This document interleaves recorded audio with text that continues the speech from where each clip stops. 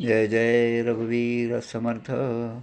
शुका सारिखे पूर्ण वैराग्य जाते, वसिष्ठा परिज्ञान योगेश्वराचे. कवी वाल्मिका सारिखा मान्य ऐसा, नमस्कार माझा सद्गुरू रामदासा. श्रीराम मला वाटते अंतरी त्वा वसावे, तुझ्या दासबोधासी त्वा बोध व्हावे. अपत्यापरी पाववी प्रेमग्रासा, महाराज या सद्गुरू रामदासा. जय जय रघुवीर समर्थ. रवी अंशरूपे जगी जन्म झाला, उपदेशी श्रीराम स्वये जयाला. भक्ती रहस्य भेद नामेच केला, नमस्कार माझा श्रेष्ठ गंगाधराला. सद्गुरू श्री श्रेष्ठ गंगाधर स्वामी महाराज की जय. समर्थ रामदास स्वामी महाराज की जय. जय जय रघुवीर समर्थ. आज फाल्गुन वद्य चतुर्दशी शके 1943, बरोबर याच तिथीला शके 1599 म्हणजे जवळपास 344 वर्षापूर्वीचा आजचा दिवस आपल्या दृष्टीने महत्त्वाचा आहे. आणि ही जी वेळ आहे 4:30-5ची, ही सुद्धा वेळ त्याचप्रमाणे महत्त्वाची आहे. ज्या क्षणी ज्या ठिकाणी त्याने देह ठेवला श्रेष्ठ गंगाधर स्वामींनी, ती हीच वेळ होती 344 वर्षापूर्वी. आणि त्यामुळे आजचं आणि उद्याचं हे 2 प्रवचन मी मुद्दाम मागून घेतले, कारण त्यांची पुण्यतिथी आपण या दृष्टीने या आपल्या टेलिग्रामच्या ग्रुपवर साजरी करत आहोत. आणि त्यांच्या चरित्राचा एक आढावा या 2 दिवसामध्ये आपल्याला घ्यायचा आहे. शक्यतो तर 2 दिवसामध्ये ते संपेल असं मी पाहील. नाही संपलं तर मग शनिवारचा दिवस एक घ्यावा लागेल असं वाटतं मला, कारण आपल्याला हे अर्ध्या तासाचं एक बंधन आहे, अर्धा किंवा पाऊण तासाचं. तोपर्यंत आपण या चरित्राचा धावता आढावा घेऊया. आता आपल्याला सगळ्यांना माहिती आहे, समर्थांचं चरित्र माहिती आहे. अगदी शके 884 पासून ते आजपर्यंत आणि पुढेसुद्धा समर्थांच्या घराण्याची प्रत्येक नावं जी आहेत ती आपल्याला माहिती आहेत. पूर्वीच्या 23 पिढ्या आणि त्यानंतर 24व्या पिढीत जन्मलेले श्रेष्ठ गंगाधर स्वामी आणि समर्थ रामदास स्वामी. त्यांचे वडील म्हणजे सूर्याजी पंत, त्यांचे आजोबा म्हणजे त्रिंबक पंत. हे त्रिंबक पंत जेव्हा गेले तेव्हा सूर्याजी पंतांचं वय फक्त 10 वर्षाचं होतं. आणि वडिलांचं म्हणजे त्रिंबक पंतांचा जो काही घरातला साधना होती, जी काही रामाची उपासना होती, सूर्यनमस्काराची साधना होती, ही सगळी हे सूर्याजी पंत सांभाळून होते. सूर्याजी पंत आपल्याला माहिती आहे, सूर्याजी पंत आणि राणूबाई यांचा संसार त्या जांब समर्थ या गावामध्ये सुरू होता. आणि ही सर्व मंडळी मुळामध्ये शके 884 त्या बिदर प्रांतामधून, कर्नाटकातून दुष्काळाच्या निमित्ताने बाहेर पडली आणि हळूहळू येत येत या मराठवाड्यातल्या ठिकाणी त्या भूमीवर ती स्थायिक झाली. त्या काळामध्ये त्यांच्याकडे जवळपास 12 गावाचं कुलकर्णी पण होतं, ठोसर घराणं कुलकर्णी पण होतं. आणि ही 12 गावं जी आहेत ती मग पुढे पुढे त्यांच्या मुलांनी वाटून घेतली. आणि खुद्द त्रिंबक पंत आणि मग सूर्याजी पंत हे आज जे गाव आहे जांब समर्थ, त्या ठिकाणी राहायला आले. आता ह्या सूर्याजी पंतांचा इतिहास आपल्याला माहिती आहे. त्या काळामध्ये आपण जाऊया. सूर्याजी पंत आणि राणूबाई ह्या बोंदलापुरीचे जे भांजी गोसावी होते, आसनगावकर यांची बहीण होती. त्यामुळे सूर्याजी पंतांचा प्रपंच, परमार्थ, दिनचर्या याविषयी महिपतींनी आपल्या संत विजय या ग्रंथामध्ये सुद्धा चांगल्या प्रकारचं वर्णन केलेलं आहे. आता ऐका देवोनी चित्त, गंगातीरी पंचक्रोशीत जांब क्षेत्र असे निश्चित जगत विख्यात जाणती. तेथील कुलकर्णी भगवत भक्त, नामाविधान सूर्याजी पंत, राणूबाई स्त्री निश्चित, भ्रतार आज्ञेत सर्वथा. अशा या कुळामध्ये पुढे शके 1525 म्हणजे सन 1604, याच सन 1604मध्ये म्हणजे शके 1525मध्ये मकर संक्रांतीचा उत्सव आला. आणि जसं मकर संक्रांतीचं एक पुण्यपर्व आहे म्हणून स्त्रियांचा हळदीकुंकाचा कार्यक्रम असतो, देवाच्या दर्शनाला जातात, त्याप्रमाणे या राणूबाई गोदावरी स्नानासाठी म्हणून जांबेपासून जवळ असलेल्या गुंज या गावी गेले. आणि तिथे स्नान करत असताना, स्नान झाल्यावर त्यांनी एक सहज नवस केला गंगामातेसाठी, की गंगामाते, तुझ्या कृपाप्रसादाने जर माझी कूस उजवली तर माझ्या पुत्राचं नाव मी हे तुझं नाव ठेवेल, म्हणजे गंगाधर. असं त्यांनी त्या ठिकाणी नवस बोलल्या. आणि दुसऱ्या दिवशी आपल्या जाम समर्थमध्ये आल्या. आपल्या पतींना म्हणजे सूर्याजी पंतांना ही गोष्ट त्यांनी सांगितली, कारण त्यांच्या माहिती नसताना हा नवस त्या बोलल्या होत्या आणि पतीच्या गैरहजेरीत अपरोक्ष अशा प्रकारचं नवस बोलणं हे सुद्धा त्यावेळेस म्हणजे चांगली प्रथा नव्हती, म्हणून त्यानं त्याबद्दलचं खूप वाईट वाटलं, रुखरुख लागली. पण आल्याबरोबर त्याने हे सांगितलं. हा क्षण होता मकर संक्रांतीचा शके 1525. त्यानंतर पुढे शके 1527 म्हणजे सन 1604 रथसप्तमीचा दिवस आला आणि त्या दिवशी रोजच्या नित्यनियमाप्रमाणे दुपारचं नैवेद्य आरती झाली. आता नैवेद्य झाल्यावर वैश्वदेव करण्यासाठी काकबली देण्यासाठी सूर्यजपंत घराच्या बाहेर आले आणि त्यांनी बाहेर येऊन तो काकबली जो काही घास असेल तो त्या ठिकाणी घराच्या बाहेर ठेवला. तेवढ्यामध्ये त्यांना दिसलं की आपल्या घराकडे कोणीतरी एक ब्राह्मण येत आहे. ब्राह्मण अगदी तेजस्वी असे दिसत होते. त्याने त्या ब्राह्मणांना नमस्कार केला आणि घरी आता नैवेद्याची वेळ झाली आणि आता भोजनाचीच पंगत बसणार आहे, म्हणून त्यानं हात जोडून विनंती केली की हे भूदेव, हे ब्राह्मणदेव, आपण आमच्याकडे घरी भोजनासाठी यावे अशी प्रार्थना केली. भक्ती रहस्य हा जो श्रेष्ठ गंगाधर स्वामींचा ग्रंथ आहे त्यामध्ये खूप चांगल्या प्रकारचं याचं वर्णन केलेलं आहे. जय चिदादित्या सर्वांतरात्मा, प्रत्यक्ष देवा अपार महिमा, कर्माध्यक्षा परिपूर्ण कामा, सर्व बंधा सहस्र करा. तो तू मजपासी उभा सुलभ, अंतःपार कोण लाभ, कृतार्थ झालो स्वामी. आणि त्यांना विनंती केली त्याप्रमाणे ते ब्राह्मण जे आहेत देवता ते यांच्याकडे थांबले आणि त्या भोजनासाठी त्यांची सगळी सिद्धता झाली. भोजनही झालं आणि आता जाताना ते संतुष्ट झाले. ते ब्राह्मण दुसरे तिसरे नसून आजपर्यंत जी सूर्याची उपासना या घराण्याकडे मागच्या 23 पिढ्यापर्यंत चालू होती ते प्रत्यक्ष सूर्यदेव ब्राह्मणाच्या विषयामध्ये त्या ठिकाणी आले होते. आणि मग त्यांनी सांगितलं की आता तुम्हाला तुमच्यावर, तुमच्या भक्तीवर मी प्रसन्न झालो आणि काय वर मागायचा असेल तो वर तुम्ही मागा. आणि तो वर ते देतात, म्हणजे ब्राह्मण म्हणजे सूर्यदेवता देतात की ज्येष्ठ पुत्र जो होईल तुमच्या ठिकाणी तो माझा अंश राहील आणि दुसरा प्रत्यक्ष पुत्र जो आहे तो प्रत्यक्ष हनुमंताचा अंश करून होईल.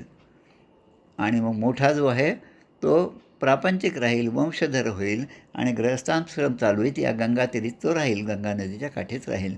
आणि धाकटा जो आहे तो ब्रह्मचारी राहून या देशाचं सगळं जे राजकारण आहे, जो धर्मकार्य आहे, अनेक मठांची स्थापना आहे, हे सगळं असं फार मोठं कार्य धाकट्या मुलाकडून होणार आहे.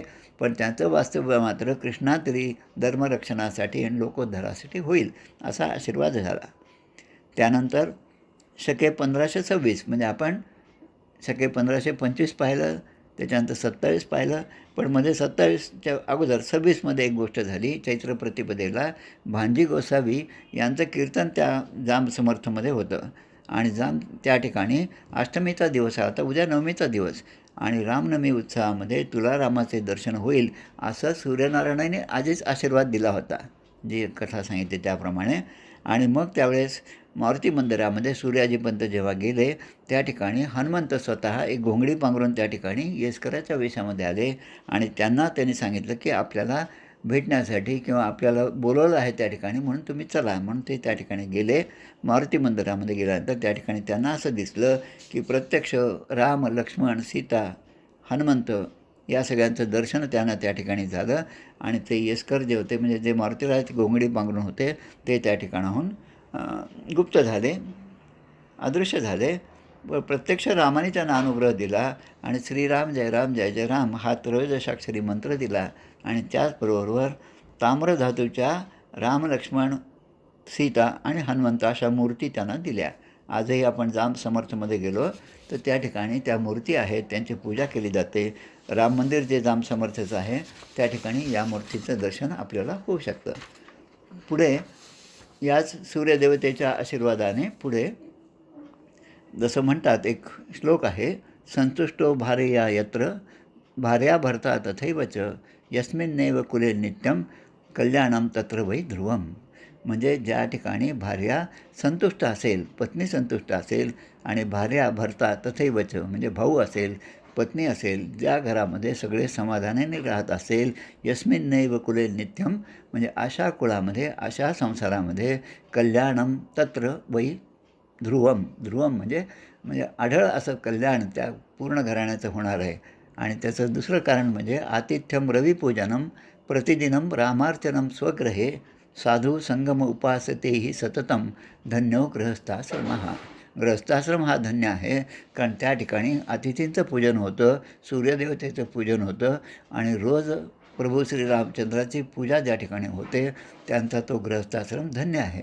आणि याप्रमाणे सूर्यदेवतेच्या आशीर्वादाने पुढे शके 1527 जसं भगवंतांनी विभूती सांगितली मासा नाम मार्गशीर्षोहम, त्याप्रमाणे विभावसू नाम संवत्सर मार्गशीर्ष मास वद्य त्रयोदशी हा दिवस म्हणजे त्या दिवशी गुरुवारी सकाळी सूर्योदयाच्या वेळी राणूबाई प्रसूत झाल्या आणि त्यांना पुत्ररत्न प्राप्त झाला. आता हा जो पुत्र आहे ते म्हणजे आपले श्रेष्ठ गंगाधर स्वामी.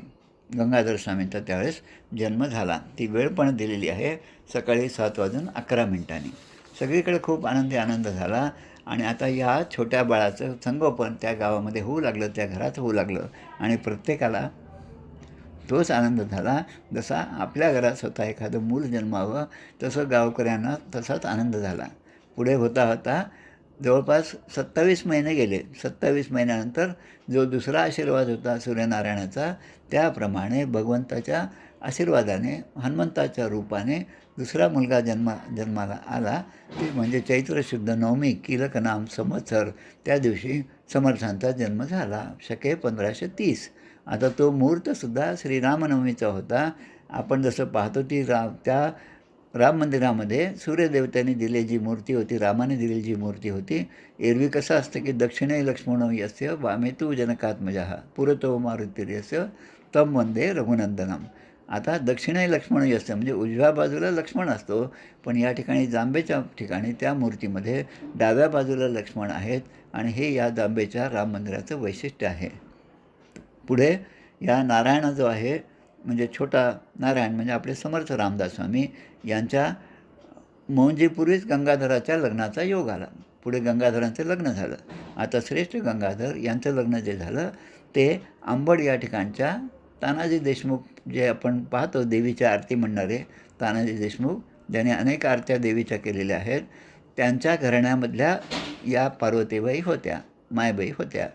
आणि या देशमुख घराण्यांचा म्हणजे तानाजी देशमुखांपासूनची एक वंशावळ जी आहे ती आम्हाला त्या ठिकाणी जांब समर्थमध्ये आपले मधुकरअण्णा गोसावी यांच्या घरी म्हणजे जे बालाजी मंदिर आहे त्या मंदिरामध्ये पूर्ण ती आम्हाला जवळपास 100 फुटाच्या लांबीची वंशावळ आहे. जवळपास 2-2.5 फूट रुंद आणि 100-1 फूट लांब अशी ती वंशावळ आम्हाला त्यावेळेस जेव्हा आम्ही पायी गेलो 2005मध्ये, त्यावेळेस त्या आंबडच्या बुक्कामध्ये ती आम्हाला पूर्ण वंशावळ पाहायला मिळाली. या वंशामध्ये म्हणजे आपल्या देशमुखांच्या कन्या पार्वतीबाई यांच्याशी गंगाधर पंतांचा विवाह झाला.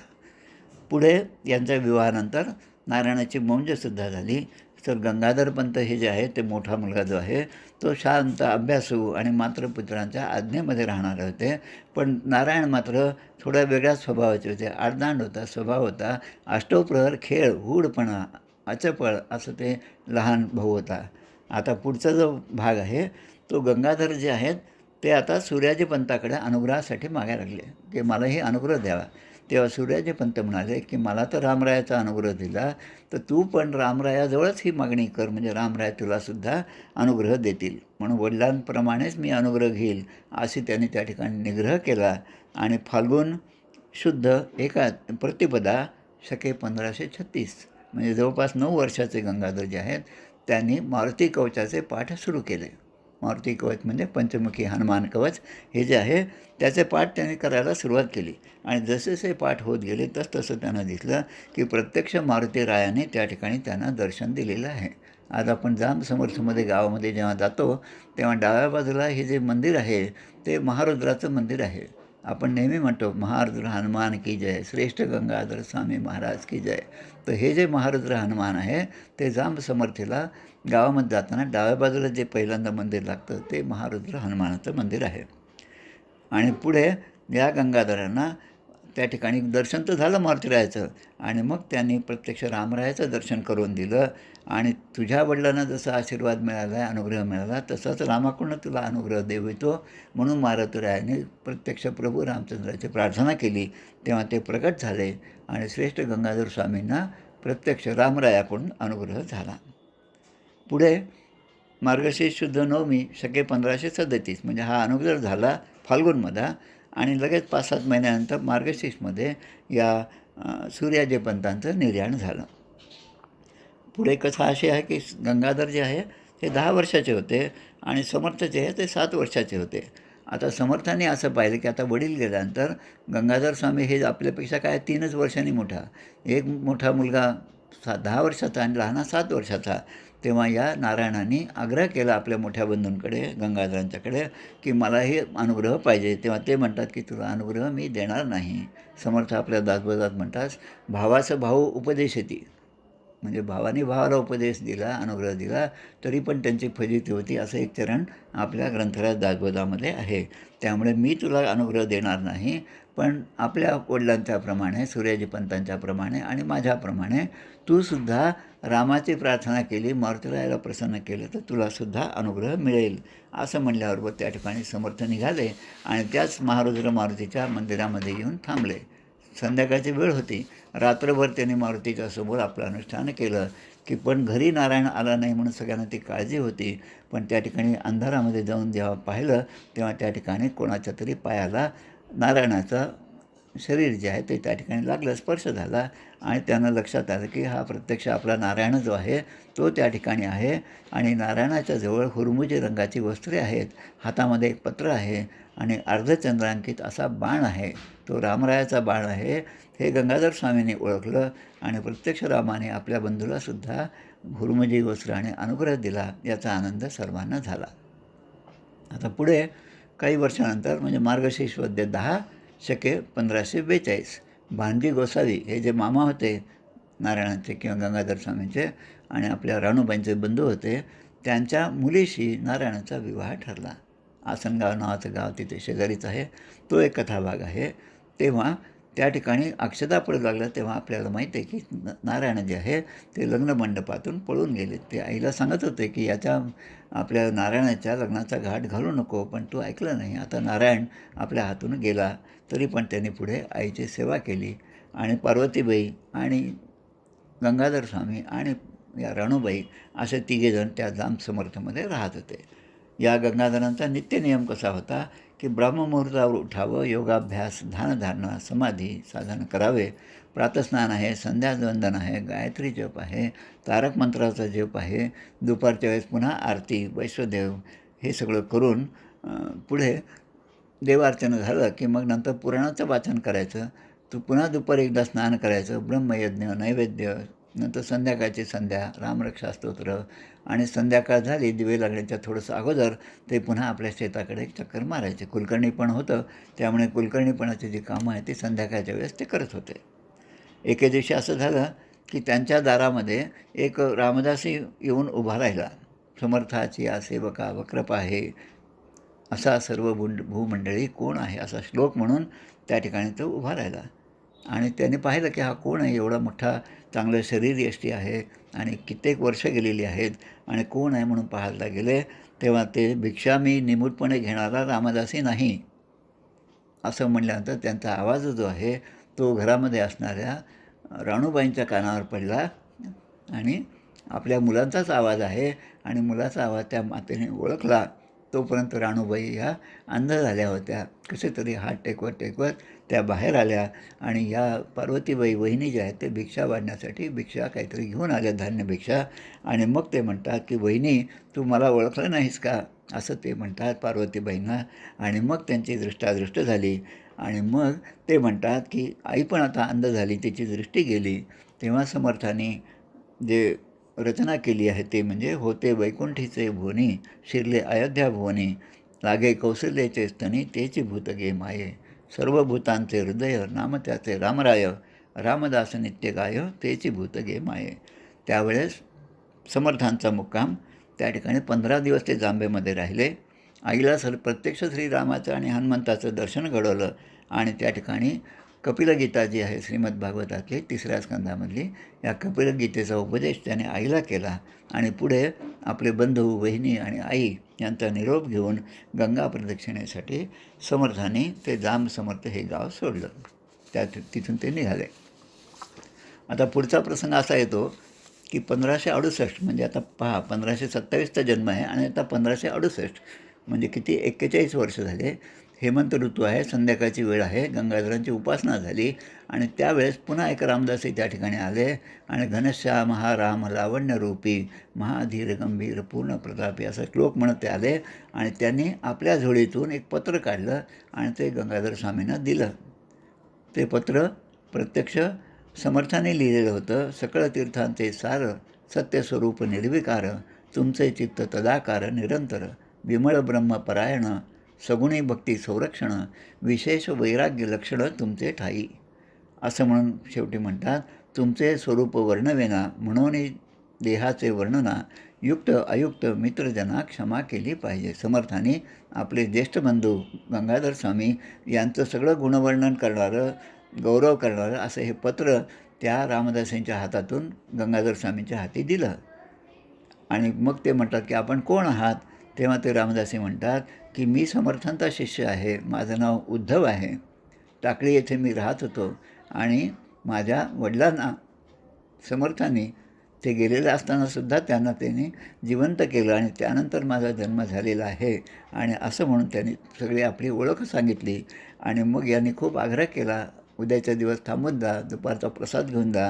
पण ते म्हणतात की मला समर्थांची आज्ञा आहे की रात्रीच्या वेळीच गावात जायचं, गंगाधरांची भेट घ्यायची, हे पत्र द्यायचं आणि सकाळी उजेडायच्या आत ते गाव सोडायचं, त्यामुळे मला काही थांबता येणार नाही असं म्हणून त्यांनी सांगितलं. आणि गंगाधर स्वामी म्हणतात की नारायणाला माझा आशीर्वाद सांगा, आम्ही संसारी माणसे आहोत आणि नारायणासारखा एवढा व्याप करणं आम्हाला अवघड जातं म्हणे, म्हणून धर्मरक्षणाचे थोडेफार कार्य या संसारात राहून आम्ही करत आहोत, अशी श्रीची कृपा आहे.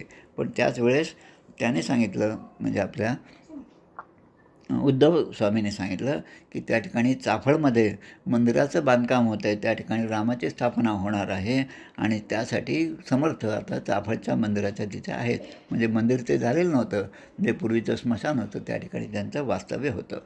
तेव्हा निघताना या गंगाधर स्वामींनी त्या चाफळच्या मंदिरासाठी म्हणून आपलं योगदान असावं म्हणून 8-10 भार सोन्याची, जशी सुपारी असते आपली मोठी, तसं त्या सुपारी एवढ्या वजनाचं सोनं जे आहे ते उद्धवांच्या हाती दिलं आणि चाफळच्या मंदिरासाठी आमची ही अल्पशी सेवा आहे ती आपण नेऊन नारायणाला द्यावी, असं म्हणून त्या ठिकाणून उद्धवाकडून उद्धव स्वामी जेव्हा पुढे गेले समर्थांच्याकडे, तेव्हा समर्थांना सगळ्या गोष्टींची कल्पना आली आणि समर्थांनी आपल्या जाममध्ये नसताना आपल्या अनेक रामदासी शिष्यांना अधूनमधून त्या जाम समर्थाला पाठवून आपले बंधू, वहिनी आणि आई यांचा समाचार ते आपल्याकडे घेत होते. आणि ते म्हणायचे की मारुतीराया, नारायण हा तुझाच अवतार आहे, त्यामुळे त्याला कधीही अपयश देऊ नकोस. रामदास म्हणे माझा संसार तुझं लागला, संशय वाटतो पोटी, बुद्धी दे रघुनायका. वर्षातून एकदा तरी जांभेस जावं असं सांग आणि नारायणाला सांगा की वर्षातून एकदा तरी तुम्ही या ठिकाणी येत जा. पुढे असं झालं की एकदा नाथषष्ठीच्या वेळेस पैठणला समर्थ गेले, अनेक शिष्यमंडळी होती आणि पैठणच्या त्या नाथषष्ठीच्या यात्रेमध्ये जाम समर्थमधले पण काही पाटील आणि कुलोपाध्याय त्या ठिकाणी होते. पैठणला जे साधू आले तेवढं त्यांना समजलं, त्यांची भेट घेतली. पण आता इतका वर्षाचा काळ गेल्यामुळे त्या नारायणांना समर्थांना कोणीच ओळखलं नाही. पण त्यांनी एक बातमी सांगितली की जाम समर्थ या ठिकाणी पण आपण यावं, आपल्या शिष्यमंडळींना घेऊन यावं आणि त्या ठिकाणी आपलं दर्शन आपण झालं तर आम्हाला खूप आनंद होईल. त्याप्रमाणे फाल्गुन वद्य द्वादशी म्हणजे आता कालचा दिवस, परवाचा दिवस, आज चतुर्दशी आहे, तर फाल्गुन वद्य द्वादशी या दिवशी जांबेला येतो म्हणून सांगितलं आणि त्याप्रमाणे समर्थ जांबेला आले. आता या काळामध्ये जांबेला आल्यानंतर त्यांनी बाहेरच विचारलं गावच्या पाटलांना की या ठिकाणी आमच्यापेक्षा ते श्रेष्ठ आहेत, कोण? कुलकर्णी म्हणजे श्रेष्ठ गंगाधर स्वामी, तर त्यांना इकडे बोलवू नका म्हणे, आम्हीच त्यांच्या दर्शनासाठी जातो. आणि मग मारुतीचं दर्शन घेऊन ठोसरांच्या घराकडे समर्थ निघाले. तेव्हा पुन्हा आईचं दर्शन झालं, आईची भेट झाली. मागे सांगितलेली कपिलगीता देवहूती संवाद जो आहे तो सुद्धा पुन्हा त्यांना सांगितला. आणि त्यावेळेस थोडासा मुक्काम त्या ठिकाणी झाला. सोबत कल्याणस्वामी होते. कल्याणस्वामीचं कीर्तनसुद्धा त्यावेळेस झालं. म्हणजे कारण चैत्र महिना जवळच होता ना, त्या रामनवमी उत्सवामध्ये कल्याणस्वामीचं कीर्तन होत गेलं आणि उत्तर रंगामध्ये रामजन्माचं कथानक त्यांनी कल्याणस्वामींनी त्या ठिकाणी लावलेलं होतं. त्याचप्रमाणे रामजन्माचा पाळणा जो आहे तोसुद्धा त्यांनी म्हटला, जो जो जो जो रे श्रीरामा निजसुख गुण विश्रामा, जो जो जो जो रे ध्याती मुनियोगी तुझ लागी कौशल्ये वो संगी रामा जो जो रे. आणि दुसऱ्या दिवशी चैत्र शुद्ध 10 शके 1574 पारायणाची त्या म्हणजे उत्सवाची सांगता झाली आणि नैवेद्य झाल्यानंतर गंगाधरांचे एक शिष्य होते, त्यांचं नाव मुंजे.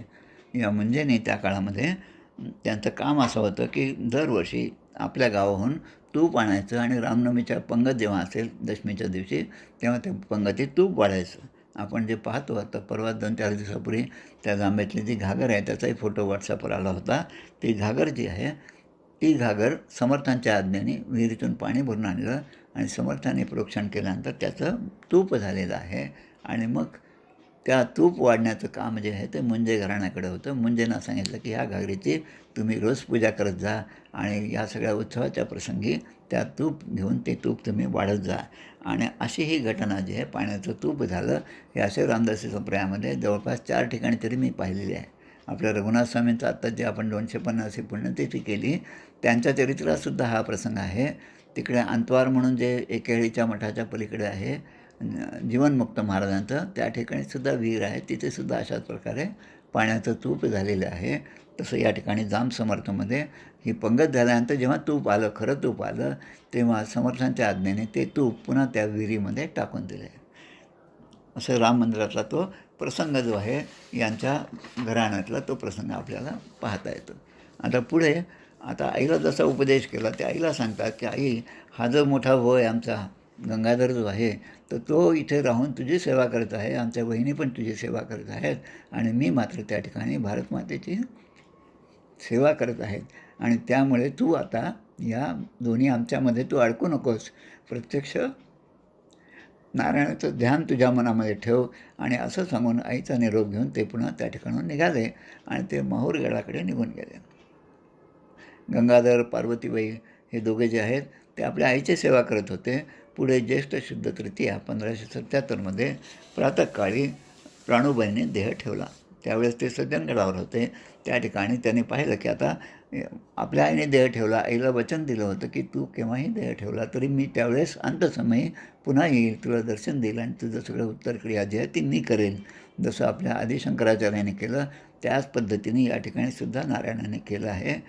आणि मग त्या ठिकाणी आल्यानंतर ते राहिले 15-16 दिवस सगळे क्रियाकर्म केलं आणि मग ते निघून गेले. जाताना गंगाधर स्वामी सांगतात, नारायणा,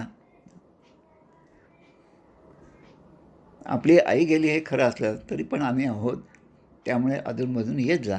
आणि त्याचबरोबर समर्थानेसुद्धा आपल्या ज्येष्ठ बंधूंना एक विनंती केली की प्राकृत ग्रंथ निर्माण करा तुम्ही आणि काही अडचण असल्या गावातलं काहीतरी अडचण असेल तर भालगावचे त्रिंबक जे आहेत त्या त्रिंबकाच्या मार्फत आम्हाला कळवीत जा. हे त्रिंबक जे आहेत त्यांच्याच घराण्यामध्ये हरिहर गोसावी होऊन गेले.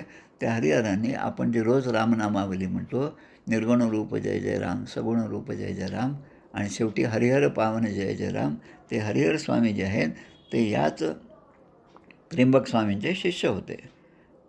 तर एक प्रसंग अजून एक महत्त्वाचा आहे. राक्षसबोन नावाचं गाव आहे. अंबडपासून आपण बीडला जातो तेव्हा राक्षसबोन लागतं गोदावरीच्या काठावर. या ठिकाणी छत्रपती शिवाजी महाराजांचा मुक्काम होता. रात्रीची वेळ होती आणि त्या संध्याकाळच्या कीर्तनामध्ये त्या ठिकाणी श्रेष्ठ गंगाधर स्वामीच्या एका अभंगावर कोणाचं तरी त्या ठिकाणी कीर्तन झालं. प्रत्यक्ष शिवाजी महाराजांनी हे कीर्तन ऐकलं आणि शिवाजी महाराजांच्या मनामध्ये ते झोपताना हाच विचार होता की आपण आता इतक्या जवळ आलो, जांब समर्थ इथून काहीतरी जवळच असेल, त्यामुळे जांबेला जाऊन समर्थांचे जे ज्येष्ठ बंधू आहेत त्यांचेसुद्धा दर्शन घ्यावं आणि समर्थांचा जसा अधिकार आपण पाहिला तसाच अधिकार श्रेष्ठांचा आहे का नाही, काही चमत्कार ते करतात का, अशी शंका आल्याप्रमाणे तिथं जाण्याचं त्यांनी ठरवलं आणि तेवढ्यात यांना झोप लागली. पुढे त्याच निद्रेमध्ये प्रत्यक्ष श्रेष्ठ गंगाधर स्वामींनी शिवाजी महाराजांच्या स्वप्नात जाऊन दृष्टांत दिला आणि त्याप्रमाणे दृष्टांताप्रमाणे त्यांनी स्वप्नामध्ये शिवाजी महाराजांनी श्रेष्ठांची पाद्यपूजा केली आणि श्रेष्ठांनी आपला परिचय करून दिला आणि ते म्हणतात की ही माळ आणि हे श्रीफळ या शिवाजी महाराजांच्या हाती स्वप्नामध्ये दिलं. महाराजांना जेव्हा जाग आली सकाळी, तेव्हा ते माळ आणि ते नारळ त्यांच्या उशाशी होतं. आणि मग ठरल्याप्रमाणे सकाळी उठून यांनी काही घोडेस्वार आपले बरोबर घेतले, काही म्हटलं तरी 2000 सैन्य बरोबर घेतलं आणि ते घेऊन ते या गावाकडे जांभेकडे निघाले. आता इकडे त्याच रात्री श्रेष्ठ गंगाधर स्वामींना रामरायाने दृष्टांत दिलं आणि रामराय सांगतात की अरे प्रत्यक्ष शिवराय जेजुरीच्या खंडोबाप्रमाणे घोड्यावर बसून उद्या तुझ्याकडे येणार आहेत, त्यांचं स्वागत कर. आणि ते जरी आले, त्यांच्याबरोबर 2000चं सैन्य असलं तरी फक्त एका शिलेदारासाठी शिधा आणि एका घोड्यासाठी म्हणून काही चंदी म्हणतो आपण त्याला, त्याप्रमाणे कडबा वगैरे हे सगळं त्यांच्याकडे दे आणि तेवढ्यामध्ये सगळ्या 2000 लोकांना ते पुरतील असा दृष्टांत झाला आणि रामराय गुप्त झाले. आता दुसऱ्या दिवशीचा काळ आहे, तो सकाळच्या वेळेस त्याने पाहिलं की आपल्या तिथे कोणतरी आलं आहे आणि ते विचारत आहेत की श्रेष्ठांनी ओळखले की हेच शिवाजीराजे आहेत. आणि पण ते म्हणतात माझ्याबरोबर 2000चं सैन्य आहे. मग म्हणतात रामाच्या दरबारात काहीच कमी होत नाही. मी करता म्हणसी त्याने तू कष्टी होसी, रामकर्ता म्हणता पावसी यश कीर्ती आणि प्रताप. त्यामुळे श्रेष्ठांनी पूर्वजांच्या आठवणी सांगितल्या शिवाजीराजांना आणि त्याप्रमाणे रामचंद्र गुरव, धावरा हनुमंत, एकनाथ तांगडे असे जे शिपाई होते त्यांना त्या ठिकाणी पाठवलं. आणि त्या प्रसंगी जवळपास 15 दिवस छत्रपती शिवाजी महाराजांचा मुक्काम त्या जाम गावामध्ये होता. पुढे समर्थांचा तिकडे जो प्रसंग सांगितला मी इकडे, आईचं जे निर्याण होतं त्याच्यानंतरचा काळ आहे. जवळपास 4 तप म्हणजे 48-50 वर्ष झाले. तोपर्यंत या गंगाधर स्वामी आणि पार्वतीबाई यांनी, कारण नारायणसुद्धा नव्हता जवळ आणि म्हणून ब्रह्मचर्य व्रताने ते राहिले. आणि त्यांनी मग आता पुढे 48-50 वर्ष झाल्यानंतर या पार्वतीबाई आईसाहेब ज्या त्या गरोदर राहिल्या. मगच मी सांगितलं की या अंबडच्या होत्या आणि जवळपास 7व्या महिन्यामध्ये त्यांना अंबडला पोचवण्यामध्ये आलं. पुढे शके 1583मध्ये श्रेष्ठ गंगाधर स्वामींना पहिला पुत्र झाला, ते म्हणजे आपले श्री रामजी. आणि मग रामजीचा जन्म झाल्यानंतर मग सगळ्यांच्या आग्रहावरून हे त्या ठिकाणी अंबडला राहायला गेले. जवळपास 1 महिनाभर तरी अंबडला त्यांचा मुक्काम झाला श्रेष्ठांचा. तसं पाहिलं जाम समर्थ गाव सोडून ते फक्त एकदाच जाम त्या अंबडला गेलेले दिसतात. आणि मग सगळ्यांना त्यांनी त्या ठिकाणी उपदेश केला, काही अनुग्रह पण झाले आणि श्रेष्ठ पुन्हा जांबेस परत आले. येताना पार्वतीबाईंसाठी त्यांच्या आईवडिलांनी मोठा रथ दिला आणि चांगला त्यांचा सत्कार केला आणि त्यांना पाठवलं. आणि जशी समर्थांची आज्ञा होती त्याप्रमाणे श्रेष्ठांनी पूर्ण ग्रंथरचनेची सुरुवात केली. भक्तिरहस्य नावाचा ग्रंथ जो आहे तो लिखाणाला त्यांनी सुरुवात केली. हा भक्तिरहस्य हा ग्रंथ आणि सुगमोपाय असे 2 त्यांचे ग्रंथ होते. पुढे सत्कारोत्तेजक सभा धुळे येथून त्या ठिकाणी या ग्रंथाचं प्रकाशन श्री शंकर श्रीकृष्ण देव यांनी केलं आणि एक छान रामी रामदासांची कविता या नावाचा एक मोठा ग्रंथ, ज्यामध्ये हे दोन्ही ग्रंथ आहेत, असं प्रकाशित केलं. हे दोन्ही ग्रंथ माझ्याकडे आहेत. पुण्यतिथीच्या निमित्ताने कधी ना कधी त्या ग्रंथाचं वाचन मी करत असतो. आणि श्रेष्ठांचं हे जे चरित्र आहे पूर्ण, ज्यावरून मी सांगत आहे, ते म्हणजे आपले मधुकरअण्णा गोसावी यांनी लिहिलेलं चरित्र आहे. या चरित्राचं पण वाचन दरवर्षी आजच्या दिवशी पुण्यतिथीच्या दिवशी मी करीत असतो. त्यामुळे या गोष्टी सगळ्या सांगता येतात. आणि जे घटना आहेत, आपण नुसतंच श्रेष्ठ गंगाधर स्वामी महाराज की जे असं म्हणतो, त्यापेक्षा त्यांचं चरित्र आणि त्यांच्या ज्या घटना आहेत त्या घटना पाहून आपल्याला अधिक आनंद होईल, म्हणून हा विषय मी आज मुद्दाम घेतलेला आहे. तर श्रेष्ठांचा तो जो मोठा मुलगा तो म्हणजे रामजी, त्यानंतर 1586मध्ये 3 वर्षानंतर त्यांना एक मुलगी झाली, तिचं नाव सरस्वती. आणि 1590मध्ये दुसरा मुलगा झाला, त्याचं नाव श्यामजी. हे जे भक्तिरहस्य लिहिण्याचं काम केलं त्यावेळेस आषाढ पौर्णिमा म्हणजे गुरुपौर्णिमेच्या दिवशी शके 1590 यामध्ये हा ग्रंथ लिहिण्यास सुरुवात केली, भक्तिरहस्य. आणि अश्विन शुद्ध दशमी शके 1590 म्हणजे जवळपास 3-3.5 महिन्यामध्ये हा पूर्ण ग्रंथ लिहून तयार झाला. आणि हे लिखाणाचं काम जे आहे ते मुंजे जे शिष्य होते श्रेष्ठांचे, त्यांनी हे काम केलेलं आहे. आणि पुढे त्यांना इच्छा झाली की आता आपण यांच्या दर्शनासाठी जाऊ, म्हणून ते त्या ठिकाणी माहुली संगमाकडे गेले. आणि इकडे ही जी मुलगी होती त्या मुलीने पुढे या रामजींकडूनच अनुग्रह घेतला. त्या मुलीचं लग्न झालं, ती ह्या मांडवा येथे दिलेली होती. त्यामुळे ही सरस्वती आणि तिचे पती या दोघांनी रामजींकडून अनुग्रह घेतला, कारण श्रेष्ठ म्हणजे तोपर्यंत श्रेष्ठांचा अनुग्रह त्यांना घेतला आणि जवळचे पोखरी, पांडे पोखरी नावाचं गाव जे आहे त्या ठिकाणी ती मुलगी आणि तिचे पती हे वास्तव्यास आले. तो सुद्धा आपला एक मठ झाला. पोखरी येथे आजही श्रेष्ठांच्या कन्येचा वंश आहे आणि तेथील राम मंदिरामध्ये ही सेवा ते करीत असतात. अशा प्रकारे हा जो विचार आहे, हा जो कथाभाग आहे तो आपण आज पाहिला. अजून एक 5 मिनटामध्ये आपण एखाद्या ठराविक मुद्द्यापर्यंत येऊन थांबूया आणि मग बाकीचा कथाभाग उद्याच्या विचारात घेऊया आपण.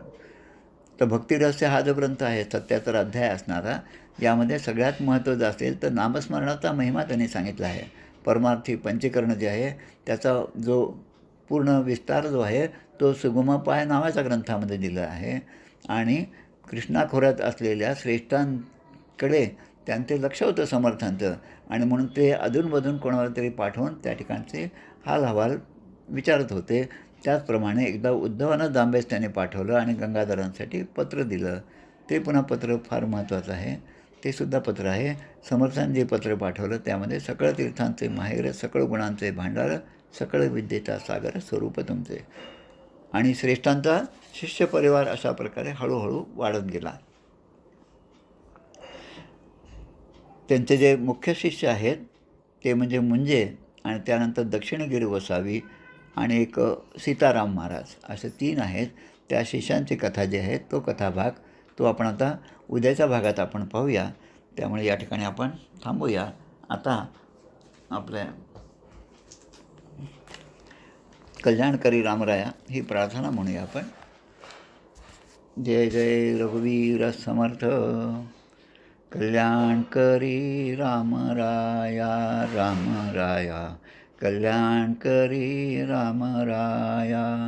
जनहित विवरी जनहित विवरी जनहित विवरी, कल्याणकरी रामराया रामराया, कल्याणकरी रामराया.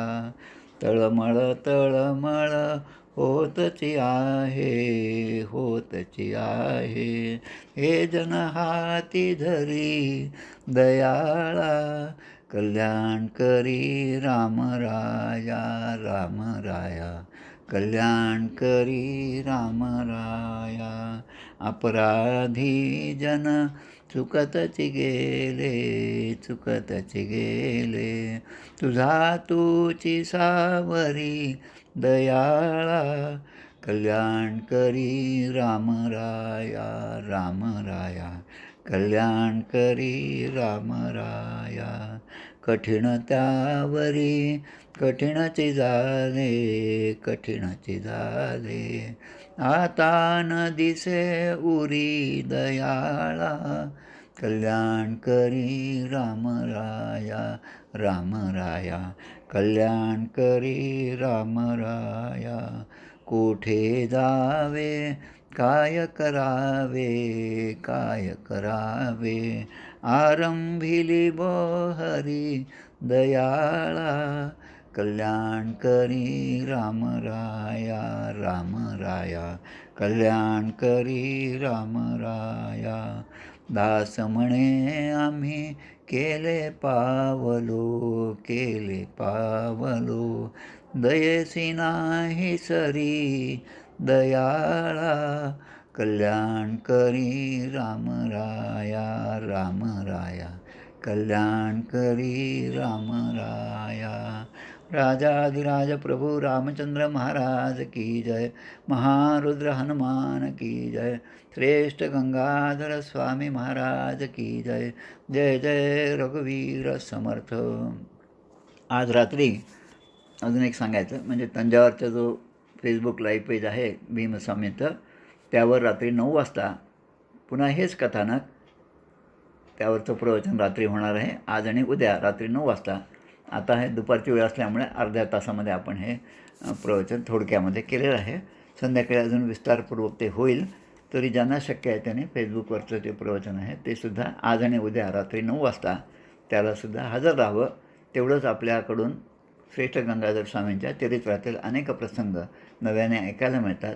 आणि आपलं मन जे आहे ते त्यांच्या समाधीच्या ठिकाणी आज आणि उद्या राहील अशा प्रकारचा आपण प्रयत्न करूया. जय जय रघुवीर समर्थ.